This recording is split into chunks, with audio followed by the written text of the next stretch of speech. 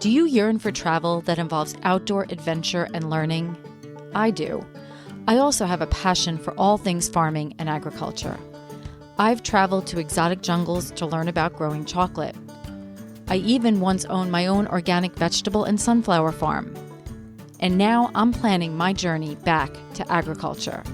Agritourism, defined as travel that involves some type of agricultural experience. Agritourism is all about entertaining. But the marketing strategist in me knows that, at its core, agritourism is really about educating, and education affects change. My future farm needs to deliver a profound experience to all of its visitors. It needs to educate people about food, health, and climate. Join me to learn from experienced agritourism farmers and entrepreneurs and help me build my future farm strategy.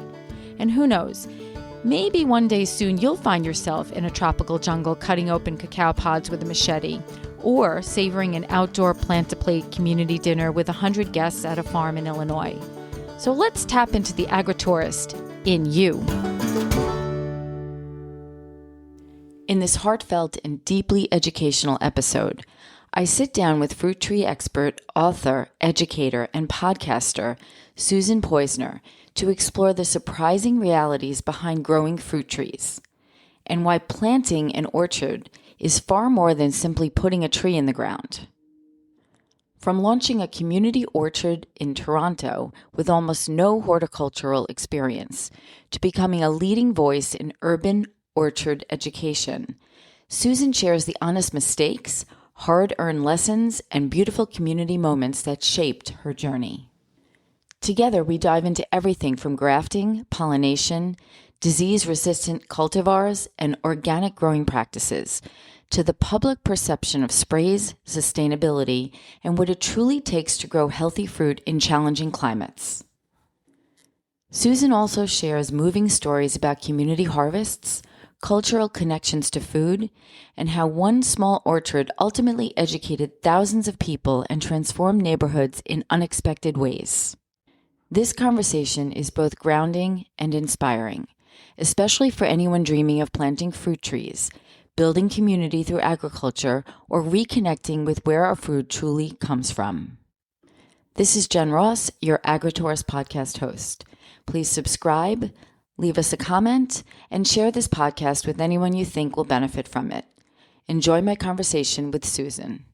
Yes, how lovely to meet you, by the way. Same here, same here. I like the color of the wall in the back, actually. Oh, thank you. It's funny because it's from leftover paint. Oh, I need my mic closer to me. It's from leftover paint from my old studio that I had for 5 years or something in the house. And I just thought, we're moving. I like to have a contrasty background. And I thought, well, let's see what we can do. And, Looks here good. I've got, yeah, it's good. There's plugs in the walls. You can see the lighting isn't quite good. I didn't want to bring my proper lighting because we have no, it's a small space. We're not used to such a small space. Yeah. But we love it and we're very happy and it's a great neighborhood. So where did you go from and to? We're still in Toronto. Okay. But we're in a different part of Toronto. We were in Midtown. Oh, wow. And okay. It was a lovely, quiet neighborhood with houses, not a lot of diversity. And we moved to a neighborhood in the West End where there's this big, gorgeous park. Nice. And you can hike endlessly in it. There is such diversity. People wear everything. Vintage stores, like vintage secondhand clothing. People dress like they're in the 20s or 30s or 60s or 70s.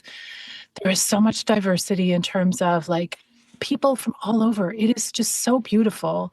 That's great. And it's a very different experience living in a small space. And it's exactly what we needed at this stage in our life. So yeah, it's Are you big. from Toronto? Is that where you're born and raised? Yes, but I lived abroad for like almost 20 years. I lived in the UK and I lived in Russia and I lived all over the place. So yeah, I read a little bit about that in the book. Yes, yes. So why don't you tell us a little bit about your backstory? Because I read the book, but I just want to get a little deeper into how, how did you get connected to all this? So what is, start me off at the beginning. Okay. All right. Let's start at the beginning. So I am a person who I live in Canada now, but I left Canada when I was very young. I left Canada when I was 18 on a grand adventure.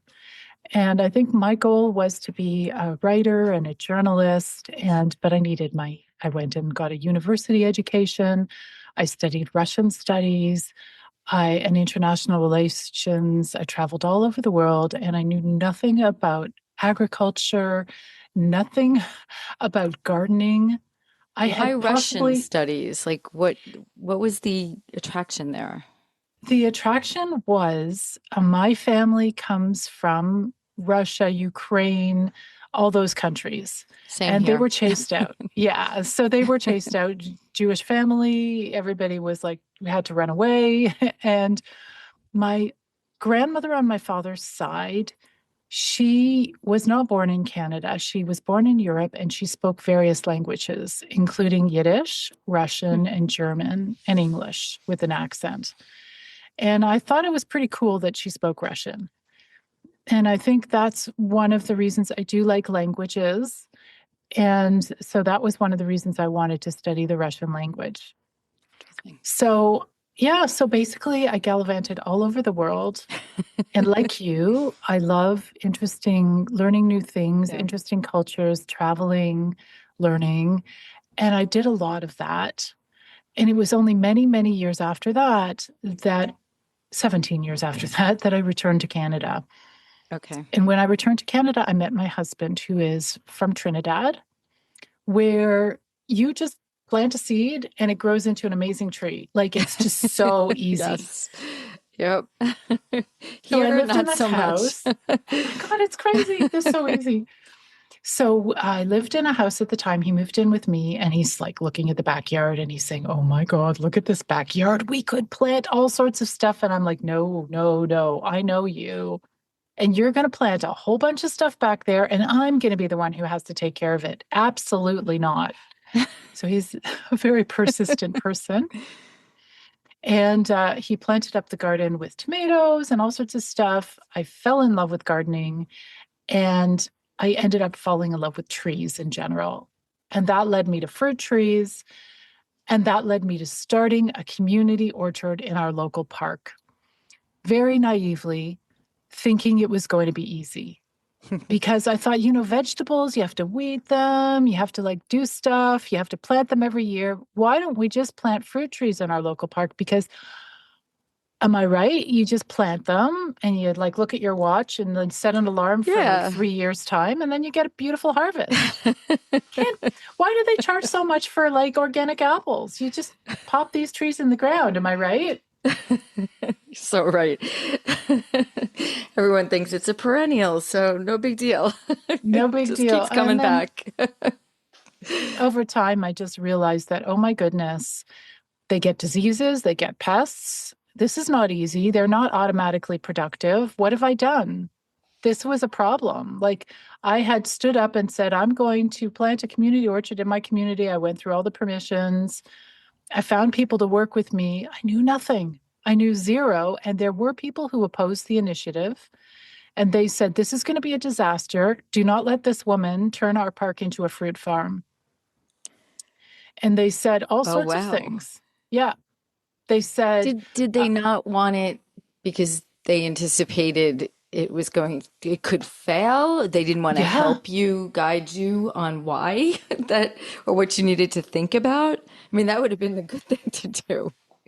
well, that would have been nice. But what they said, and you know what, Jennifer, they were partly right.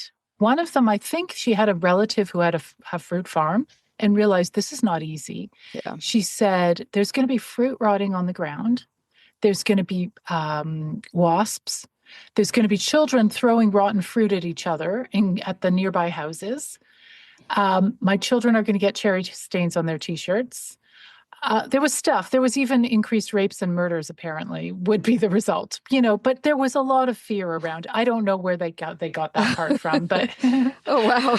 That's extreme. Oh my God. I didn't even think of oh something like yes. that. And Oh, also wow. more roadkill. There'd be increased roadkill because the animals, the raccoons, would be running to the orchard to eat the fruit, and would get run over on the nearby street. But some of their concerns were really legitimate, and it meant that I had to learn what I was doing and not make any mistakes. So So it got approved. it got approved. Yeah. Okay. And then what happened? So you, you, So then what happened was I found people to play with me in the park. We had fun and we're looking at the trees and they start to get sick. what But kind I of didn't trees know did you they were sick. plant at the time? Pears. There were three Okay. pears. There were over the years, it was over 3 years, we got different things, apricots, um, cherries, sour cherries, Okay. apples, service berries, Asian pears, and European S- pears. So that's a lot. Yeah. That's a lot of diversity, even though, Yeah. it doesn't, it may not sound like a lot, but it is a lot. A lot of things that could happen. Yeah. There's a lot of things. And guess what? A It lot of did. things did happen. Oh, man. So what was kind of the timeline of when you started this and then things started happening? Like, did you buy these trees in from someone or from a farm? Like, how did you go about doing this? You're asking such intelligent questions. And at the time, I did not have that intelligence, my friend. I didn't, all I thought was you go to the garden center. In fact, when we were choosing the trees, I went to the library because I'm a journalist and I do my research. So I went to the library and I got books on fruit trees and I read up very carefully on all the different varieties and what they were going to taste like. And I chose wonderful varieties for us to plant that were going to taste great. And then I brought my list to the park supervisor, very, very nice man. And I said, these are the trees we would like. And he said, well, I went to the garden center and they don't carry any of those trees. Why? Those books were from California. I live in Toronto, Canada. We can't even grow those trees. I didn't even know about climate zones, chill hours, cross pollination, none of it. Wow. Right? Smarty pants me, journalist working around the world. I knew nothing. And he said, so I'll tell you what, I will buy you whatever I find in the garden center. So he found things like Macintosh apples, Bartlett pears, all the stuff that we are familiar with in the supermarket. The problem is those garden centers carry trees that people are familiar with because they like Macintosh apples. They want to grow them, let's say. They're familiar. They don't want to grow an apple they've never tasted before. But those trees are designed to be grown with pesticides and fungicides. And we Yep. weren't going to be allowed to use those in the park. Yep. So he brought us some lovely trees. They were also much older than the trees that I today would recommend people buying. I Okay. always recommend people buy the youngest fruit trees possible from specialist fruit tree nurseries because they establish better, they grow faster, they're healthier. But we got trees in pots with their, you know, sort of lignified trunks and branches, like they look like they could produce fruit tomorrow. I'm thinking, oh, great, bigger, better, right? It's all wrong. I got it all wrong. And I remembered that the park supervisor, like, he did try to sit with me and say, tell me about pollination and stuff like that. And I really wanted to learn, but it just seemed way too confusing. So we got the trees. And to answer your question, it took about 3 years before I realized we've got a problem here. Really, that And long? yeah, Okay. yeah. Because the thing is, and my friends who have fruit tree nurseries, they tell me this, they offer guarantees of 1 year if you buy a tree. Because he says, they say to me that if the tree is taken care of at the nursery, it will last for a year before it shows any signs of problems. But even if people neglect them and don't water the tree, it'll still last for a year. Problems start year 2 and year 3. Okay. Yeah, well, Yeah. of course, right? Like when the warranty runs out. Yeah, exactly. So, okay. So then what happened in year three? Did you work to resolve these issues or did the project, Mm. because I guess I do want to ask you eventually is if you go back in time, how would you suggest approaching a project like this more strategically or consultative? Obviously they could read your book. So Yes. for a lot of guidance, but still, even this, it's Yeah. overwhelming. Like Yeah. even me, who's very familiar with farming, not as much fruit trees, okay? But it's overwhelming. It's an Yeah. overwhelming, even though, this book is well written for anyone to read, but still, it's a lot of information to kind of culminate and think about when you're trying to take on a project or put some trees in whatever area. So tell me about what happened in reality, and then let's just kind of pivot to Yeah. what's a better approach to this.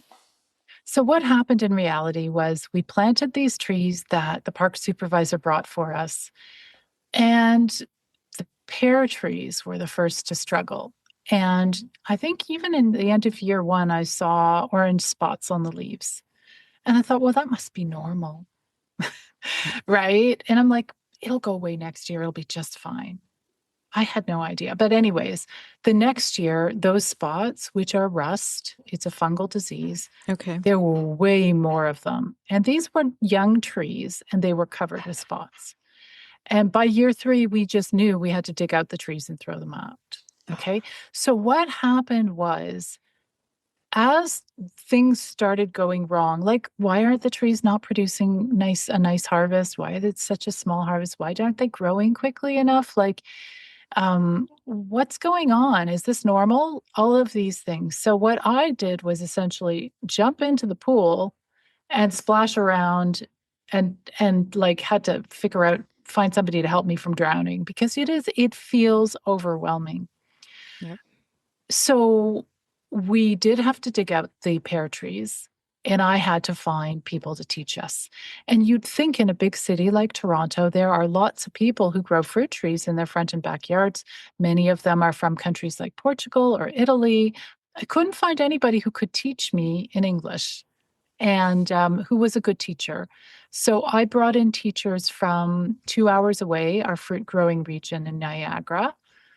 And each year, I would organize a workshop to learn all sorts of stuff, fruit tree pruning, which is a key way to keep your trees healthy and productive, and all this stuff. So it started me on a wonderful journey of learning how to care for these beautiful trees. And I now think of them like my friends, my colleagues, my babies. I understand now that producing fruit is a collaboration between the grower and the tree. These trees are grafted. They're not the same kind of trees you would encounter in nature. They're like domesticated trees, like domesticated animals. They need somebody to take care of them in order to optimize the harvest. So, to answer your question, I made all the mistakes so you guys don't have to, right?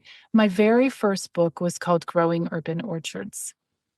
Okay. And that book was all about our experience in planting the community orchards, all the mistakes we made, and what I learned in order to get it right.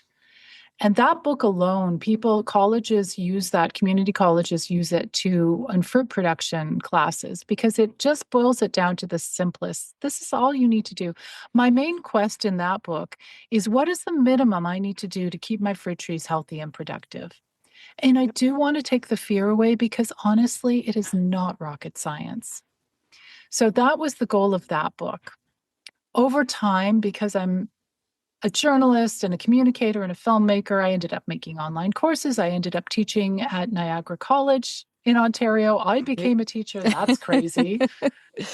I think people really appreciate the fact that they like learning from people who've made the mistakes rather than people who knew how to do it right from the start. It's kind of more entertaining at the minimum, anyways.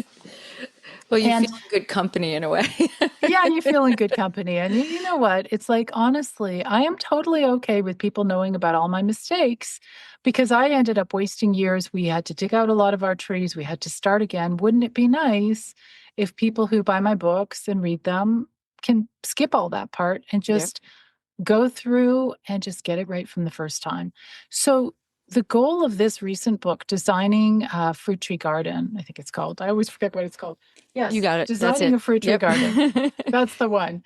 Anyways, so what I wanted to do with that book was have fun with it and take you guys through step by step in an interactive manner, which is how I taught my classes at Niagara College. And so in Niagara College, I bring in physical catalogs from my local fruit tree nursery. And I'd say, okay, guys, I want you to pick 3 trees from the catalog, anything that grabs you, write it down. And so they'd all have fun. Oh, I want to grow this cultivar. I want to grow that cultivar. Then we'd go through and say, okay, great. Now, will those trees produce fruit? Because if they need a pollination partner, they may not. And we go through this experience together. Okay, well, now we need to know we have to find trees that will produce fruit together, the cross pollinating, the self pollinating. And then we go step by step and find just the right tree for their particular application. And that's what the book is for. And in it, I sort of layer in stories of different places I've been, different inspiring orchards and gardens I've visited, and how we can create those in our own backyard. All it takes is a weekend of research, just learning the system. Once you learn the system, you can skip 3 years of agony. Like, what did I do Yep. wrong here? Right? Yep. Like choosing the right trees, that is the most important thing you can do to make your fruit tree adventure fun and not stressful. Choosing the right fruit trees that are great for your climate, for your unique microclimate, for your needs. And there are easier to grow trees that don't get those diseases as much. And we can Yeah. talk about that too. Explain you because I think you did a really great job. Explain what grafting is because I think it's an intimidating word. It's used a lot with, grapes and on vineyards. Like we hear this term, but I don't think many people understand what it means. Yeah, such a good question. And you're reminding me, like, I didn't know what grafted trees were either when I Well, started, yeah, no, right? I like the way you grounded me in the book about that. So Yeah. please I, I explain that because I think I it's didn't important. realize, like, I thought that if you take an apple, like a Honeycrisp apple, a lot of people like Honeycrisp, and you take the seed The seed, and you yeah. plant it in a pot, I thought it grows into a Honeycrisp apple tree. That's what I thought. Well, that's what most But people think. And that's what most people think. But apples, like humans, there's 2 parents. There's the dad and there's the mom, and each of them, each of them provides some DNA to the equation. So depending on who the parent trees were, your tree from that Honeycrisp seed may have tasty apples, it may have horrible apples. It depends. It's a mix of genes. So if you actually want a Honeycrisp apple in your backyard, you need to take a clipping from that Honeycrisp apple tree, somebody who for sure is growing Honeycrisp or whatever you want to grow. Yep. You take a clipping from the tree at the right time of year, and then you take a compatible rootstock, it's called. It's basically a compatible tree, and you chop off the top of that tree, graft at the right time of year. So meld the 2 trees together or marry them together at the right time of year. They will grow as if they are one tree. And the top part will produce the fruit. The bottom part provides a strong root system, and they're working together. But that means that they might be a little more fussy than a seedling tree. They might have different needs. The rootstock provides a whole bunch of good stuff. It can provide disease resistance. It can provide early fruiting time. So each partner in that grafted union provides some good stuff. But these trees need a little extra care. Okay. Yeah. That's very good. So one other topic that I I'm unclear about when it comes to fruit trees in, I guess, our region, like our part of the US. I've been told that like apples in particular really can't be grown organically east of the state of our state of Washington, east, Yeah. yeah, east of it. Yeah. What explain like what that's about? And I know I interviewed Michael from Red Tomato, who has the Eco certification. And I had heard when I was looking for organic apples for my farm on Long Island, I could not find them anywhere. And I didn't realize at the time. And then I found Fishkill Farms in Fishkill, New York, and they had this Eco certification, which seemed to be as close. So I literally drove 2 hours to get apples so that we could have it during season, just so that I could have, a more, organically grown apple. And then when I interviewed him, I guess I didn't realize all of this intricacy. So I'm just curious. I want to hear your feedback on growing whatever, organically, sustainably, eco-friendly, whatever the term should be, versus, having, I guess, a USDA organic certification. Like, is it even possible? I'll tell you. So here's the thing. There's different types of fruit trees. Some I find easier to grow than others. Some are faster to grow than others. I've written a whole book, a little book called Grow Fruit Trees Fast. And so, for instance, stone fruits in climate like ours, like they do grow faster. They don't Okay. live as long, depending on what rootstock you have, whatever. Apples are fantastic, though. And when you say you can't grow apples organically, I kind of want to disagree. It just depends what cultivars. Like I Okay. mentioned Honeycrisp. Everybody loves Honeycrisp. They are amongst the hardest apples to grow. That's why when you go to the supermarket to buy Honeycrisp apples, they're so much more expensive Yeah. because nobody wants to grow them. And these are professional growers that will use pesticides, fungicides, whatever they need. So for you and I, and okay, you want to have a farm, you want to sell apples to people. Um, there was a woman in Ontario, and she had a beautiful apple farm where she only grew easier to grow disease resistant apples. These are cultivars like Liberty, Freedom, Sweet 16, Nova Spy. Um, there are so many different cultivars. Pristine, my favorite, an early apple. It's literally my Okay. favorite apple. Okay. All of these that you can't buy in the supermarket. So you're kind of carving out a new and unique market. Maybe you'll find people like me who absolutely love trying new cultivars and having new favorites. I don't get excited at the supermarket. I know what those apples taste like, and I also know most of them look better than they taste. And I know when I go to a farmer's market and they have a few of these cool varieties that I absolutely love exploring and trying with different flavors, I'm so excited.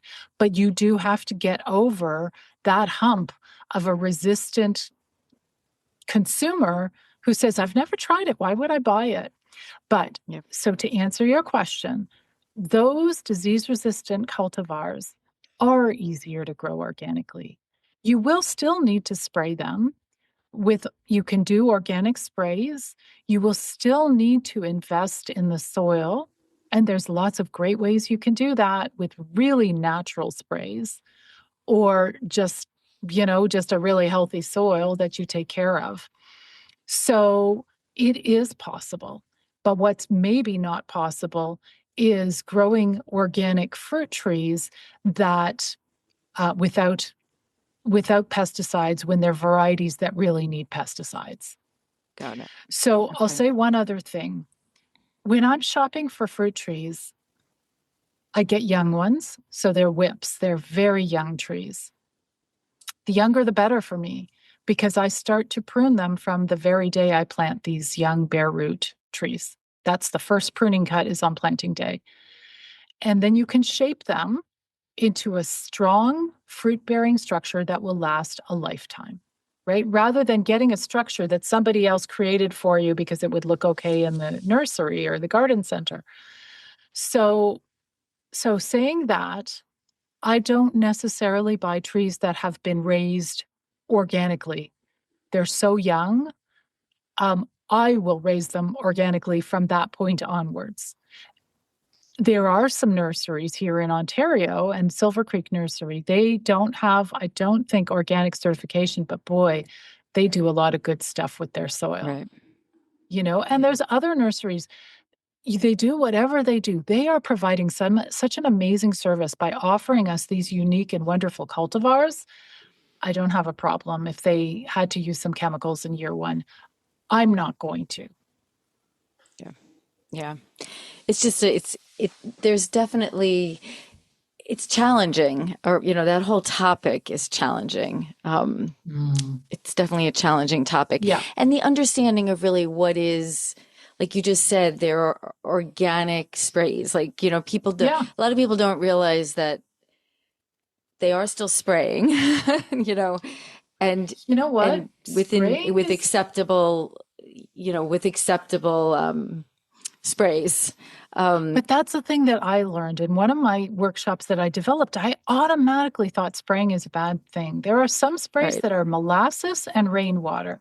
Exactly. Right? Exactly. And I'll tell you something, with our trees, it's a public park. We will do one spray a year, and that's a dormant oil spray. That's so oil. It's smothering overwintering insects. We don't spray other than that because we have disease-resistant trees and they don't need it. But they do need dormant spray. And if we skip it, we have a lot of bugs in the orchard, that not good ones either. We do have a pollinator garden that's big and beautiful. And through that, by interplanting, having these pollinator garden near the fruit trees, we are breeding and attracting beneficial insects Right. that are also protecting our trees. So it's a system. But I hear you. Like, I thought the word spray is a bad thing. It depends. Like, the other sprays that I might recommend people use from time to time if they really need it might be a copper spray, might be a sulfur spray, only if they need it. There are sprays that are made from kaolin clay. It's clay. That's what the spray is. And it protects the fruit from insects. So no, but this is good. It's good education, because we do hear the word spray and we think automatically it's a bad thing. I sprayed. We were sustainable. We weren't certified organic, and mine was more vegetables and sunflowers. But we did spray. We sprayed. It was like more nutrition, and some other things. But it was they weren't bad sprays, and they would have all been approved under USDA certification. We use that guidance regardless. But it is interesting. It's just this. There's a lot of public perception of this, but the fruit trees, I never knew, and I was in the farming community about how this all worked. Now, do you also deal with peaches, or any berry trees? So we have cherries that Okay. do very well in our park. We love our cherries. I was like, I wish. That sounds delicious. I love cherries. Oh my God. First of all, they're delicious. Second of all, they're so productive. So on our cherry harvest day, we have the whole community, children coming out. Everybody harvests into these like silver bowls that we all bring from home. And nobody's allowed to fill their own bags and run off. They have to fill the bowls. They go to the harvest table. We weigh the total. We then divide it up amongst the number of the participants. Everybody brings home a paper bag filled with cherries that they harvested. But the first year, I didn't like it. We just let everybody harvest, and they're grabbing the best cherries. Yeah. And, it was not nice. And in the end, it taught the whole community, especially children, about sharing and about abundance. And about real community. It was so beautiful. It's so beautiful. So we grow cherries. They're very successful. We grow apricots, and they were successful for the first few years, and they've been in decline ever since, but we love the trees. We care for them. They haven't produced a lot. Okay. The apple trees do produce. People harvest the apples before they're ripe, unfortunately. So if anybody is thinking of doing a community or, orchard in a public space, make sure you plant apple trees that are early ripening before people even realize the apples are ready. You That's a have them good in a tip. corner somewhere, right? And in terms of berries, we do service berries, which is a native plant. And but we don't have berry bushes. Well, we Okay. have mulberries, but yeah, it's sort of a small part of it. I'm definitely not a berry expert. I've just gone deep with fruit trees because I love them so much. But yes, Okay. and then there's the pears. We dug out the European pears. The reason they did not do well is because in our community there was a trend where people planted ornamental pear trees, had Oh, cute little pears on them. They looked so cute. The blossoms were great, and they didn't take care of their trees. And they were not rust resistant. And so in our neighborhood, it's like, phew, tons of rust flying around, right? So we knew that's not the answer. In the end, we invested in rust resistant Asian pear trees. So, okay. yeah. So right now, this area is open to the public, and Yes. anyone can just go Yeah. in. So how do you, when you're reflecting back, how many years has it been since 15. 15 years? So now reflect back, like how do you reflect? What are your feelings around this project? And are you Oh still my in charge of gosh. it? Are you still the, Jennifer, it has been such a journey and detachment. When we planted this, I wanted it to be on a pretty fence. Not a big, huge fence, but just I wanted all the trees within a fenced area with a pretty sign saying, "This is a community orchard. You're welcome to come in, but don't take all the fruit and don't do this." And the park supervisor said, "This is a small park. We have to put them around the outside. They have to be open to everybody." So, okay, we did that. Me and some of my colleagues, volunteers, the the plum trees. I forgot to tell you, we grow lots of plum trees. So the plum trees are super productive. And we're looking at these young plums and we can't wait for the harvest. And then all of a sudden, the young plums, green, not ripe yet, ripped off the tree, disappeared completely. And we're like, what happened to these plums? So one day I'm walking through the park. I think one of my colleagues was with me, and I see a family. It was another season, and I see them picking all the green plums. So I march up to them and I say, listen, this is a community orchard and the harvest is for everybody. And so we don't mind if you harvest a little bit, but if you take it all, there's nothing left for everybody else. But the other thing is, these plums aren't even ripe. They're not ready yet. These are supposed to be yellow. They're not ripe. And the family kept picking and they looked at me. They said, "Oh, you don't understand. In our culture, we cook, I think it's a fermented green plum dish. And those plums are very expensive to buy, those green plums." And I said, "Okay, I understand. And please help yourself to a one small bag. Like you can't take everything. Please don't take everything." And then I had to let it go. And then another, my colleague saw them again, finishing off the job the following day. And we realized that our orchard, I thought it was going to be established for a number of reasons. One was food sustainability, so that we would have food in our community. Another is to build community. So we would all meet each other and work together in the park and just get our hands dirty and yep, get to know our neighbors. And another reason was education. So we could all learn what is involved in growing fruit trees and value the food that we get from the supermarket, whether it's grown organically or not. I am grateful to farmers who do this work. Like, yep, thank you. yep. However you do bring up those trees, I would prefer if it's organic, but thank you because I know how hard it is. So, in terms of those three goals, we built community, amazing community. And yes, I'm still involved, though I don't lead it anymore. It's sort of like more equal. There's no one leader, but Okay. it's still happening. It's still beautiful, beautiful project. In terms of education, oh boy, I learned so much. I made sure all my colleagues learned. But in the end, I became an instructor of fruit production at Niagara College.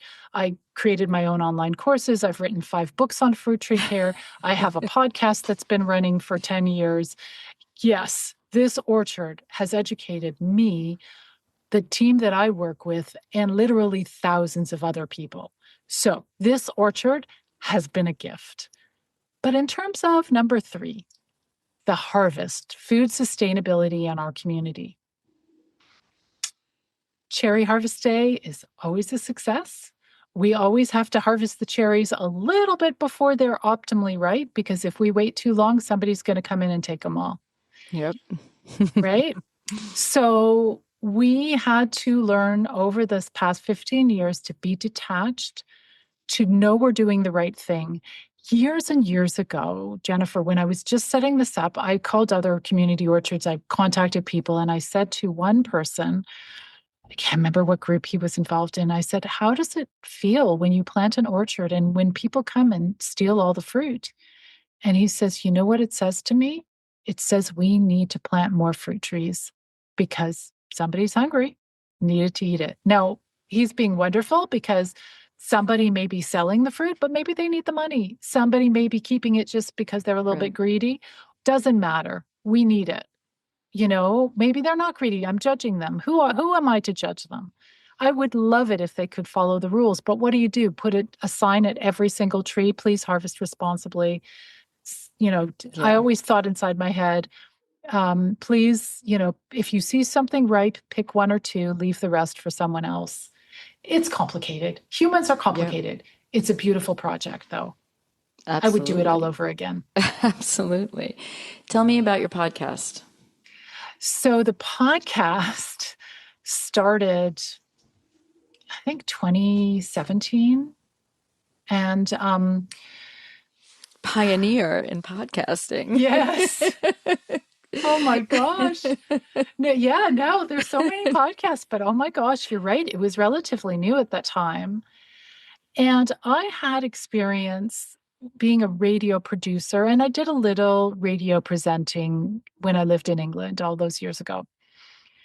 But the goal of the podcast was for me to learn more about fruit trees. I had all these questions. I had this orchard. I was at the helm of this orchard. I didn't feel like I knew what I was doing. And I wanted to speak to experts. How can you pick up the phone and speak to an expert and say, by the way, I have a community orchard. Will you talk to me? They'll be like, I'm busy, lady. But if you say, hey, I have a podcast, I'm a BBC trained journalist, I would love to interview you on XYZ. Eventually, I could say, I have X number of listeners, I'm the top X level of podcasts, whatever. But in the beginning, I just said, hey, I have a podcast. I'd love to interview you. And they'd be like, sure. So I got these folks, these amazingly educated, extremely talented people to explain to me in a language that I could understand how to grow fruit trees successfully. And I made sure, because my background is educational journalism, I made sure they were speaking to me in a way that I understood, and I am not a scientist, right? And people really appreciated that because it's just like, yeah, don't use fancy words. I need to just understand how to do this because I want to raise healthy and productive fruit trees. I know you have years of podcast guests, but is there anybody or group that stands out to you? Yeah, there's so many good ones, but one of the top episodes that I did was an interview with John Kempf, who is a regenerative grower. And honestly, there's been a lot of really good episodes, but that one was pretty profound. And you and I were talking about sprays, and he was teaching me how to make DIY sprays for fruit trees. And literally, they have water, molasses. Some of them even have Coca-Cola. Who would think? Apparently, fruit trees love Coca-Cola. I never tried it. Whey powder. But what I liked about John was he had the science. It wasn't just like airy-fairy, do this and it'll be good. He is a science guy. He understood why. I have so many fun interviewees on that show. Many of them are from like Cornell or other institutions. And they're really great at explaining things from rootstocks. Like, what is a rootstock? How do I choose the right one so that tree will really thrive and survive on my site? And I'm hoping that with my book, Designing a Fruit Tree Garden, my goal is to bring all those lessons these amazing people taught me and to bring them to other people in a really fun and interactive way. So, but it does take sitting back, reading the book, like just relaxing with the book and going on the journey with me and doing the exercises as you go. And Right. then afterwards, you'll be like, oh, I know how to do this. I get it. Exactly. So, Yeah. Susan, what's next for you? Ah, such a good question. I wish I had the answer. I told you earlier, I've moved from a house in Toronto, right near the park where we grow our fruit trees, to a totally different part of Toronto. And we've moved to a small condo, like from a house into like a three bedrooms, like 2 bedrooms and a living room, and that's our entire place. But we are right near a park called High Park, which is an incredibly beautiful park. And it's funny because before when I, st- I when I started to grow plants and learn about growing food from my husband, I just started to get really fascinated with trees in general. And I very quickly honed in on fruit trees. But right now I'm stepping back in terms of I want to learn more about trees as well. So every morning I go out to the park and I see something I don't understand. Like, what is that? Why is that happening? For instance, there's a lot of willow trees. And why do they have such lumpy trunks? What's happening there? So I go, I take pictures, I come home, and I look it up in all my tree books and figure out what's happening. And I'm actually starting a second YouTube channel. My main YouTube channel is Orchard People, but my second YouTube channel is called Tree Walks with Susan Poizner, where I like each that. of these walks turns into a video where I'm exploring and learning from nature. So for me, what it means is I love fruit trees. I have learned so much over 15 years. And I feel full, like I feel content. I know what's going on. I still help to care for the trees in the park, but I'm hungry for more information on trees.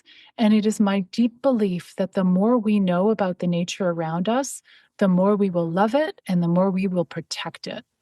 Yep. So hopefully somebody will find my other YouTube channel, one or two people, maybe.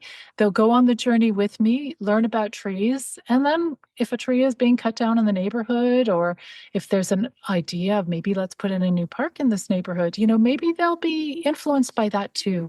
Or maybe they'll just want to help protect the trees on their own property. We don't know. But it's all about us being so present right now so that the next generation inherits all this beautiful nature that we or I used to take for granted. And I did Yeah. take for granted for many years. Yeah, I think we all do to a certain point. That's beautifully said. I love. Is there anything else you want to add? That, I think we covered a lot. And like I said, your book really it breaks it down extremely well. And it just was real. I thought it was very well done, and it broke. For again, coming from an agriculture background doesn't always mean having a farm doesn't. There's so much to know and so Yeah. much to learn in every category. Yeah. At the farm I'm at right now, we have peach trees, we have raspberries, different varieties, different seasonal raspberries, blueberries, and currants. I love growing So currants. They're so yeah, great. yeah. Yeah. So, and I have not seen the whole season here, so I can't. I actually sent you just a few pictures. Oh, I went to the peaches the other day. They're kind of on the side of a hill, and I took some pictures because what I've heard is, I guess where I am in New Jersey, the state, there's been some issues with I think with apple growers too. A lot of peach growers will not have a crop this year, I guess because it oh. dropped, the temperatures dropped Mm, too mm. low. Yeah. So I don't know what's happening with ours. I don't know how you can tell. See, I don't know, so I'm I know how curious to you can watch tell. the progression. I don't know if Yeah. my pictures were the right, what I took. I just kind of just grabbed a few pictures for you just they did Oh, flower, yep. um, and the flowers are gone. But Yeah. apparently it, I've heard on the news, like some people with apples and peaches basically will not have a harvest this year. And when I Yeah. hear that, Okay. it Yeah. breaks your heart when you hear that, Yeah. especially when that's their livelihood. So Yeah. really tough. Absolutely. We have challenges ahead. So I'm looking at the pictures that you sent, and I can see where the blossoms were. Here's what happens. If there is a frost and your peach tree or your apricot tree is in full bloom and they're amongst the earliest ones, if there is a frost and there are ways to protect the tree, especially if you only have one or two, you can do it more easily. Yeah. But if the tree hasn't been protected, then the blossoms will die. They're very delicate. They will Yep. die in the frost, which means no harvest. So at this point, I'm looking at the trees and I can see where the blossoms were. I'm not seeing baby fruit forming yet. So it could be that they were dead. You can tell after frost, this has happened to us with the apricot trees, where you go out to the park. And I remember thinking we were going to be just fine because I looked at the temperature and it looked to me like the temperature was like just above freezing. And I knew the apricot trees were in full bloom. And I walked through the Yep. park not expecting any problems. And I saw smushy, mushy blossoms that were like black inside and brown, and they did not look happy. So no fruit that year. Now, there are answers that breeders are looking at. And we were talking earlier about rootstocks. With the right rootstock combination and the right variety choice, you can choose a tree that blooms a little later in the season, which Right. protects you. Yeah. So if you are able That's to really think about good. that Yeah. in advance, yeah. So in the book, there's a few tips about, with this unstable climate we're all experiencing, there are some tips and ideas of what people can do to protect themselves. Having different varieties in one orchard, Right. some that are later blooming, some that are earlier blooming, some that need more chill hours, some that need less chill hours, so that if there is like that late frost, for instance, it won't take out the whole orchard. It will take out half of it, but you'll still have fruit from the other half. So you're not going to be planting, your orchard with just one variety. That's for sure. It Yep. might not even pollinate itself. Yeah. Yeah. Well, it's interesting. After So, reading your yeah. book, I have a ton of questions now for our farmer because I don't even Uh, know what kind of peaches. Like I know nothing about it. So now he's going to hate me, but I'm going to have all these no, you want to questions. know. You I'm want to know really what the curious about rootstock. this because I really Yeah. know very little. Reading your book has given me some foundation, and now I can actually look at, an existing farm and kind of Yeah. do some analysis. So, Yes, definitely. yeah, That's so exciting. And yeah, you have to tell me. I'm very yeah, curious. Yeah, what varieties they have, definitely. what is the I will. rootstock they're on. Then, with the skills that you've got from the book, you can start researching, chill hours and climate Yep. zones. And for your own one day, orchard, how would you do it differently? Yes. How are you going to protect yourself from an unstable Yep. climate? Yep. How will you choose different things so that every year, even if frost takes out summer, even if there's not enough cold hours, that you always have something to Yep. take to the farmer's market? And that's that is like, so that's the crux of the importance of this, like really Yeah. how to manage around climate, work with Yeah. it, it's happening. Yes. But to be able to protect, as a farmer, to protect yourself. And, but yeah, so this should be interesting. I'm excited to use this and Yeah. learn, Yeah. Yeah. this season. So thank I'll you. warn you, fruit trees are addictive. Just to tell you, just saying. In the beginning, you said it's intimidating. And yeah, I was pretty intimidated. But when you tune to fruit trees, like I don't get connected to zucchini plants. Radishes are cute and everything, but like whatever. But when you tune to the fact that these trees, I see them as beings, they want to produce a harvest for us. Their essence is generosity and abundance. And when you start to tune to that and see that partnership, you realize the potential that we have as humans to bring this abundance to the world. And and it becomes just more and more interesting. Like, how can I work with you, tree, so that we can bring Yeah. so much good to the community and to the world and to the beautiful planet that we have?